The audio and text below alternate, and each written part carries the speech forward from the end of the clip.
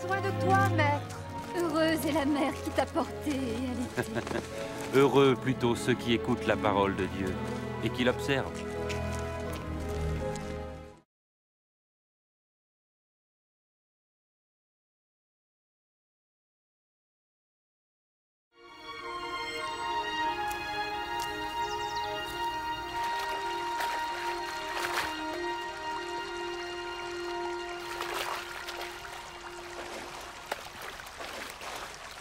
Apprends-nous à prier, comme Jean l'a appris à ses disciples. Quand vous priez, dites « Notre Père qui es aux cieux, que ton nom soit sanctifié, que ton règne vienne, que ta volonté soit faite sur la terre comme au ciel. Donne-nous chaque jour notre pain quotidien. Pardonne-nous nos offenses, comme nous pardonnons aussi à ceux qui nous ont offensés. Protège-nous contre la tentation et délivre-nous du mal. »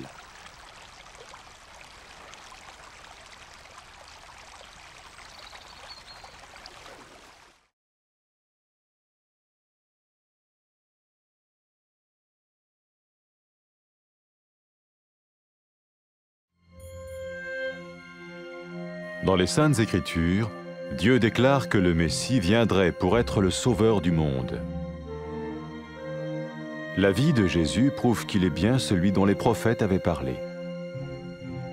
Ésaïe a prophétisé que la Vierge deviendrait enceinte et qu'elle enfanterait un fils.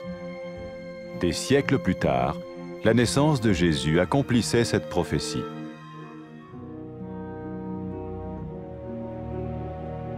Les Saintes Écritures déclaraient que le saint à naître serait appelé le Fils de Dieu. Cela signifiait que Jésus serait le Fils de Dieu au sens spirituel et non au sens physique. Nous le voyons par sa manière de vivre. Il a guéri des malades, il a pardonné leurs péchés, les a ramenés à Dieu et leur a promis une place dans le royaume éternel de Dieu. Il s'est offert lui-même en sacrifice pour le péché à leur place. Puis il est revenu à la vie, victorieux sur la mort selon le plan de Dieu. Jésus a dit « Personne ne me prend la vie, mais je la donne de ma propre volonté. » La vie de Jésus n'a pas seulement accompli les écrits des prophètes, mais elle a aussi confirmé la vérité de la sainte parole de Dieu. Les prophètes avaient écrit « Ta parole, ô mon Dieu, est parfaite, elle dure à toujours. » Jésus lui-même a dit « Le ciel et la terre disparaîtront, tandis que mes paroles ne disparaîtront jamais. » Jésus est venu pour nous donner la vie dans toute sa plénitude.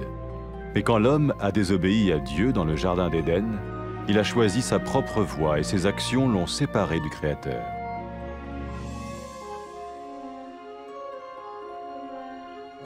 Les Saintes Écritures déclarent que tous ont péché et que le salaire que paye le péché, c'est la mort. Il s'agit de la mort spirituelle, éternelle séparation d'avec Dieu. Mais tout comme Dieu a donné un bélier pour qu'il meure à la place du fils d'Abraham, ainsi il a envoyé Jésus, le Messie, mourir à notre place. Sa vie, sa mort et sa résurrection restaurent la relation entre Dieu et tous ceux qui mettent leur confiance en lui. Maintenant, non seulement Jésus pardonne les péchés de ceux qui le suivent, mais il les sauve aussi du jugement éternel de Dieu. Ils sont sûrs d'aller au paradis et de vivre avec lui pour toujours. C'est cette vie et cette liberté de la culpabilité et du pouvoir du péché que Jésus offre à chacun aujourd'hui. Cela ne veut pas dire suivre une religion, mais choisir d'avoir foi en Jésus qui dit « Je me tiens à la porte et je frappe. Si quelqu'un entend ma voix et ouvre la porte, j'entrerai chez lui. » Cela veut dire se tourner vers Dieu et croire que Jésus vient dans nos vies pardonner nos péchés et nous rendre tels qu'il veut que nous soyons. Il ne suffit pas d'approuver intellectuellement ce qu'il dit, ni de vivre une expérience émotionnelle. Nous le recevons par grâce, au moyen de la foi, par un acte de notre volonté. Lorsque quelqu'un est prêt à suivre Jésus le Messie, il peut lui parler par une simple prière. Peut-être êtes-vous prêt maintenant à ouvrir votre vie à Dieu. Si oui, vous pouvez vous joindre à la prière suivante, silencieusement. dans votre cœur. Seigneur Jésus, j'ai besoin de toi. Merci d'être mort sur la croix pour mes péchés.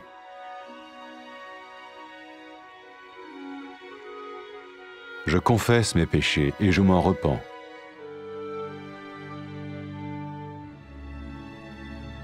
Je t'ouvre la porte de ma vie et je te reçois comme mon Sauveur et Seigneur.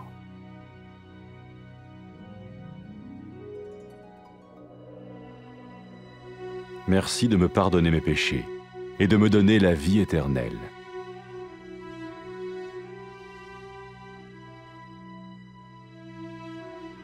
Fais de moi le genre de personne que tu veux que je sois.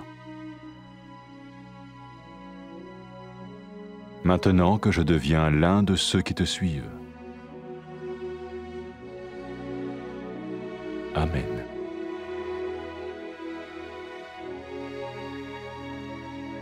Jésus a dit à propos de ses disciples, « Mes brebis écoutent ma voix, je les connais et elles me suivent. » Pour expérimenter la vie en abondance promise par Jésus, ceux qui le suivent parlent à Dieu chaque jour dans la prière et lisent ou écoutent sa parole. Ils parlent de lui à d'autres personnes et rencontrent régulièrement ceux qui l'aiment et le suivent. N'oubliez pas sa merveilleuse promesse. Tout pouvoir m'a été donné dans le ciel et sur la terre. Et sachez-le, je vais être avec vous tous les jours, jusqu'à la fin du monde.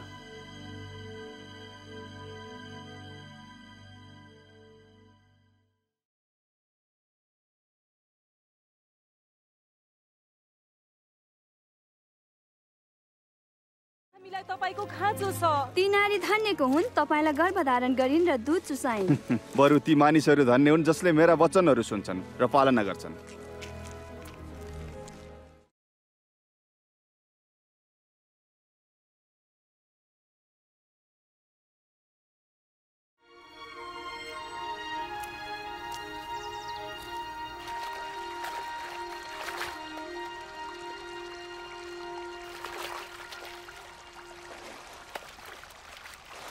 हामीलाई प्रार्थना गर्न सिकाउनुहोस्, जसरी योनाले आफ्ना चेलाहरूलाई सिकाउनु भएको थियो। जब तिमीहरू प्रार्थना गर्छौ यसो भन, तपाईको नाउँ पवित्र गरियोस्, तपाईको राज्य आओस्, तपाईको इच्छा स्वर्गमा जस्तो छ त्यस्तै यस पृथ्वीमा पुरा होस्।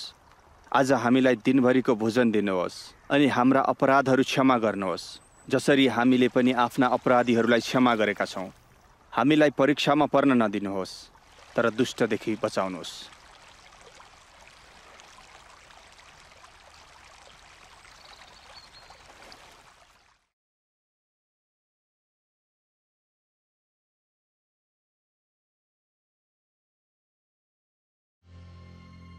धेरै पहिले अगमवक्ताहरूले धर्मशास्त्रमा लेखेका थिए कि परमेश्वरले मसीहलाई पठाई पापीहरूलाई बचाउनु हुनेछ र परमेश्वरसँग मिलाप गराउनु हुनेछ।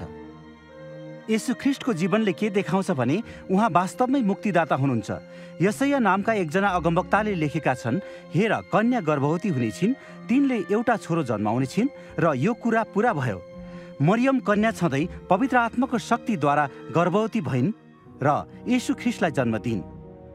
जसरी धर्मशास्त्रमा लेखिएको छ, उहाँको जन्म सम्बन्धी आश्चर्य चाहिँ परमेश्वरको चिन्ह थियो कि जन्मिएका बालक नै मसीह थिए, जसलाई परमेश्वरले आफ्नो पुत्र भन्नुभयो। जब मानिसहरूले येशूलाई देखे, उनीहरूले उहाँमा परमेश्वरको शक्ति र स्वभावलाई देखे। उहाँले मानिसहरूलाई निको पार्नुभयो र उनीहरूको पाप क्षमा गर्नुभयो र उहाँले उनीहरूलाई अनन्त राज्यमा स्थान दिने प्रतिज्ञा गर्नुभयो। येशूले आफ्नो जीवन बलिदान गर्नुभयो र सम्पूर्ण मानिसका लागि दण्ड भोग्नुभयो। त्यसपछि उहाँ पुनर्जीवित हुनुभयो र यो प्रमाणित गर्नुभयो कि उहाँको शक्ति मृत्युको शक्तिभन्दा महान छ।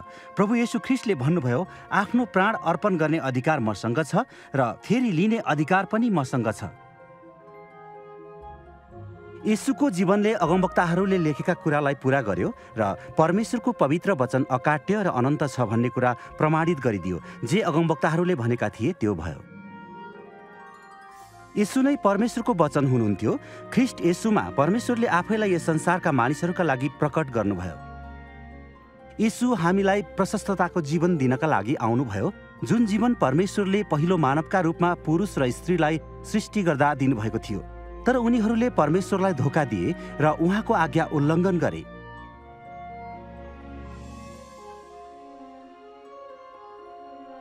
धर्मशास्त्रमा यो लेखिएको छ, सबै मानिसले पाप गरेका छन् र पापको ज्याला चाहिँ मृत्यु हो।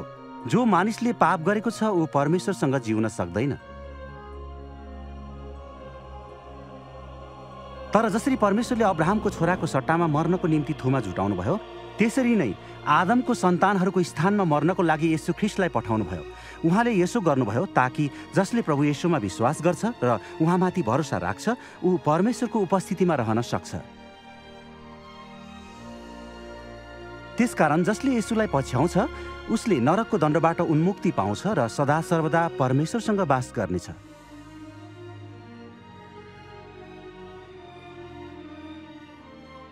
जब येशू मृतकहरूबाट जीवित हुनुभयो, उहाँले आफ्ना चेलाहरूलाई भन्नुभयो, मानिसले मेरो नाउँमा सारा जातिहरूको माझमा घोषणा गर्नेछन् कि जसले पश्चाताप गर्छ र उहाँतर्फ फर्किन्छ, परमेश्वरले तिनीहरूको पाप क्षमा गर्नुहुन्छ।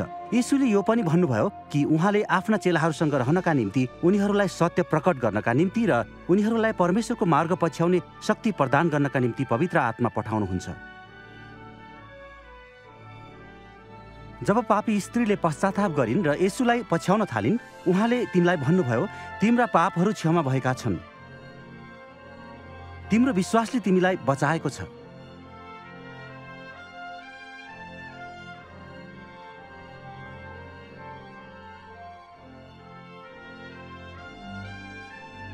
जसले येशू ख्रीष्टको चेला हुने निर्णय गरेका छन्, उनीहरूले यस्ता वचनहरू प्रयोग गरी आफ्नो विश्वास प्रकट गर्न सक्छन् र ख्रीष्टसँग आफ्नो सम्बन्ध सुरु गर्न सक्छन्।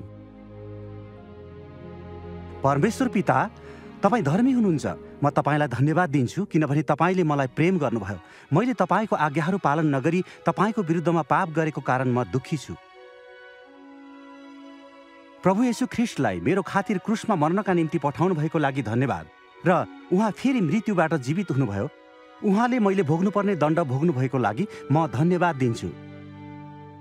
म तपाईँको बाटो पछ्याउँछु र प्रभु येशू ख्रीष्टलाई मेरो मुक्तिदाता र प्रभुको रूपमा अँगाल्न चाहन्छु। म धन्यवाद दिन्छु किनकि तपाईँले मेरा पापहरू क्षमा गर्नुभयो र सधैँभरि तपाईँसँग तपाईँको राज्यमा हुनका निम्ति बाटो खोलिदिनुभयो। पवित्र आत्मा मसँग रहनका निम्ति दिनुहोस् र मलाई तपाईँको बाटो देखाउनुहोस् भनी म प्रार्थना गर्दछु। उहाँले मलाई मेरो सम्पूर्ण हृदयले तपाईँलाई प्रेम गर्न र तपाईँलाई प्रसन्न पार्न जीवन जिउन शक्ति दिनुभएको होस् र यस संसारका हरेक ठाउँमा मानिसहरूले तपाईँको प्रशंसा गरून्। आमेन। येशूले आफ्ना चेलाहरूलाई भन्नुभयो, मेरा भेडाहरूले मेरो स्वर सुन्छन्, म उनीहरूलाई चिन्दछु र उनीहरू मेरो पछि आउँछन्। येशूलाई पछ्याउनेहरू सँगै भेला हुन्थे। उनीहरू हरेक दिन उहाँसँग कुरा गर्थे, धर्मशास्त्रमा उहाँको वचन अध्ययन गर्थे, उनीहरू उहाँको उदाहरण पछ्याउँथे र अरूलाई उहाँको विषयमा बताउँथे। येशूले उनीहरूको हृदयमा वास गर्नुहुने परमेश्वरको आत्माद्वारा उनीहरूलाई डोर्याउनुभयो र सशक्त बनाउनु भयो। येशू उहाँको स्वर्गीय सिंहासनमा उचालिनुभन्दा अघि भन्नुभएको कुरालाई उनीहरूले मनमा राखेका थिए। परमेश्वरले मलाई पृथ्वी र स्वर्गमा सम्पूर्ण अधिकार दिनुभएको छ। यस कुरामा निश्चित हो कि जगतको अन्तसम्म म तिमीहरूको साथमा छु।